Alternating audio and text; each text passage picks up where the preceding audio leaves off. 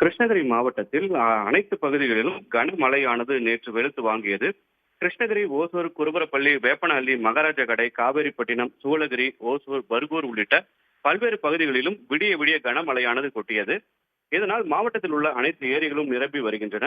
மேலும் தென்பெண்ணை ஆற்று நீர்பிடிப்பு பகுதியில் பெய்த கனமழையால் கிருஷ்ணகிரி கேஆர்பி அணைக்கு நீர்வரத்தானது அதிகரித்துள்ளது. இதனால் நேற்று அணைக்கு நீர்வரத்து 4000 கன அடியாக இருந்த நிலையில் இரவு முழுவதும் பெய்த பலத்த மழையால் இன்று காலை நிலவரப்படி கிருஷ்ணகிரி கேஆர்பி அணைக்கு நீர்வரத்து வினாடிக்கு 6500 கன அடியாக வந்த நிலையில் அணையின் மொத்த உயரமான 52 அடியில் தற்போது 50 அடியை நீர் இருப்பு எட்டியுள்ளதால் அணையின் பாதுகாப்பு கருதி அணையிலிருந்து 4249 கன அடி நீர் உபரி நீர் 3 பிரதான மதகுகள் வழியாக வெளியேற்றப்படுகிறது.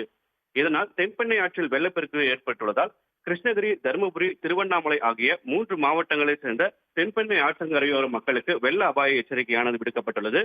மாவட்ட நிர்வாகம் சார்பாக ஆற்றில் குளிக்கவோ, கால்நடைகளை மேய்க்கவோ, கடக்கவோ கூடாது என்று அறிவுறுத்தப்பட்டுள்ளது. இதன் காரணமாக கிருஷ்ணகிரி கேஆர்பி அணைக்கு சுற்றுலா பயணிகள் வரவும் தடை விதிக்கப்பட்டுள்ளது. தகவல்களுக்கு நன்றி விஜயபிரபாகரன்.